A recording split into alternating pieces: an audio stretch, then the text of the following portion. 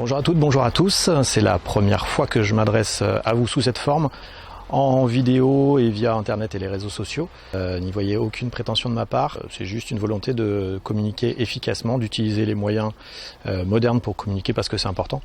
Et puis qui plus est dans le contexte actuel où on a besoin de diffuser un maximum d'informations rapidement, et bien utiliser ces vecteurs de communication, ça me paraît pertinent. Alors cette semaine c'est semaine de rentrée évidemment dans un contexte tout particulier. Je ne reviendrai pas sur le contexte sanitaire national et ses évolutions, je les suis comme vous au quotidien. Ce que je sais en revanche comme vous, c'est que c'est compliqué, c'est flou, on a très peu de visibilité pour ne pas dire pas de visibilité du tout. Donc tout ce qu'on a à faire c'est s'adapter au mieux et faire en sorte que tout se passe le mieux possible. Alors cette rentrée c'est d'abord la rentrée scolaire, elle s'est faite à l'école Saint-Joseph jeudi dernier, elle se fait à l'école Jules Verne ce mardi. Contexte particulier évidemment pour les enfants. Tout a été mis en place, on va dire, en collaboration avec nos équipes municipales et puis les équipes pédagogiques des deux écoles pour faire en sorte que, déjà d'un point de vue sanitaire et sécurité, tout soit le plus conforme possible pour permettre un accueil de qualité et puis que cet accueil de qualité puisse surtout permettre un épanouissement le meilleur possible pour nos enfants dans ce contexte difficile, qui prennent plaisir à revenir à l'école, à retrouver leurs copains et à se remettre dans une dynamique pédagogique, c'est important. Donc on y a travaillé durement et je pense que tout va bien se passer de ce point de vue-là.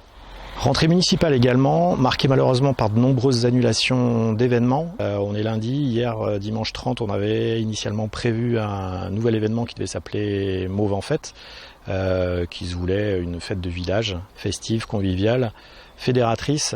Et puis il y a 3 semaines, au regard des différents protocoles et des différentes conditions d'accueil d'un tel événement qui était imposé, on s'est dit que oui, c'était faisable, mais que ça la vidait complètement de son sens et que dans ces conditions, on préférait l'annuler, on préférait ne pas faire plutôt que mal faire.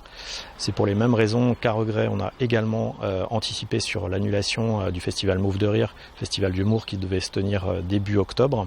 Et puis c'est pour des raisons par contre un petit peu différentes qu'on a annulé également le forum des associations qui devait se tenir le week-end prochain.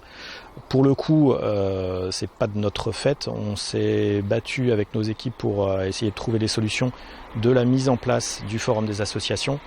Malheureusement, les arrêtés préfectoraux ne permettaient que de pouvoir le faire en extérieur.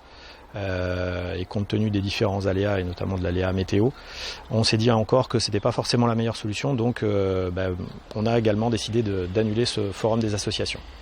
Je rebondis sur l'annulation du forum des associations pour vous parler aussi de la rentrée associative de manière plus générale. Elle est évidemment là encore compliquée. Nous concernant, la principale difficulté c'est la gestion des équipements, des salles notamment. L'utilisation de ces salles elle est soumise évidemment aux différents arrêtés préfectoraux et il faut que nous les appliquions le plus scrupuleusement possible. Et puis il y a aussi les protocoles des différentes fédérations, ligues sur l'utilisation des équipements et sur la pratique sportive ou la pratique culturelle. Et puis de notre côté on a aussi nos contraintes techniques en termes de gestion de nos équipements, avec nos moyens qui sont limités. Donc il faut pouvoir jongler avec tout ça pour proposer le meilleur accueil possible. C'est pas toujours simple, ça nécessite de la proximité, de l'échange. Et en tout cas tout est fait là encore pour permettre la meilleure rentrée possible. En résumé, pour conclure, moi ce que je voulais vous dire, c'est que oui, c'est sûr, les prochaines semaines, les prochains mois ne vont pas être simples. Pour autant, c'est pas une fatalité, il faut avancer, on n'a pas le choix.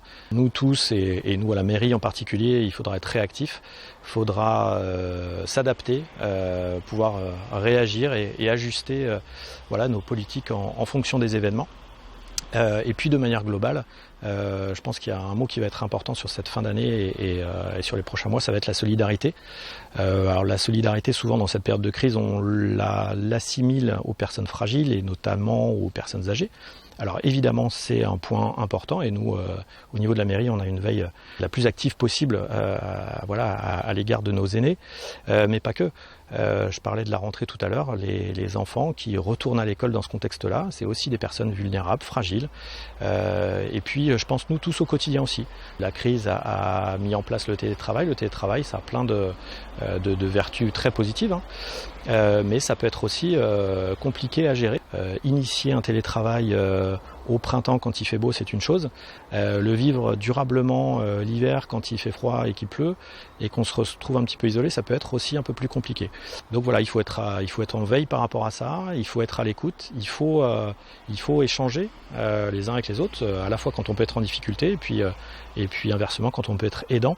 Mais voilà, je pense que c'est en étant solidaires tous ensemble qu'on arrivera à avancer. Voilà, je vous souhaite une très bonne semaine de rentrée à tous et puis à très bientôt.